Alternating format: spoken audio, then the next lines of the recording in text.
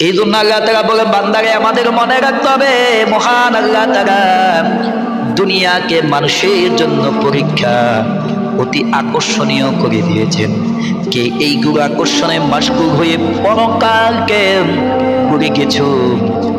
এই জন্য বারবার বলতেছে, বান্দা টাকা পয়সা ধন দৌলত স্ত্রী পুত্র তোমাকে দেওয়া হয়েছে, আমার আল্লাহ তাআলা শুধু তোমাকে পরীক্ষা করার জন্য দিয়েছে। সূরাত কাহাফের ৭ম আয়াতে আল্লাহ তাআলা বলেন, মহান আল্লাহ তাআলা বলেন, আমি পৃথিবীর সব কিছুকে পৃথিবীর জন্য শোভা করেছি যেন লোকদের পরীক্ষা করি তাদের মধ্যে ভালো কাজ করে কি। দুনিয়ার সব কিছু টাকা পয়সা ধন দৌলত এগুলো আপনাকে দিয়ে লোভনীয় করে দিয়েছে, আপনাকে একটা মোহে পড়ে দিয়েছেন, একটা মায়া বেড়া জাল মধ্যে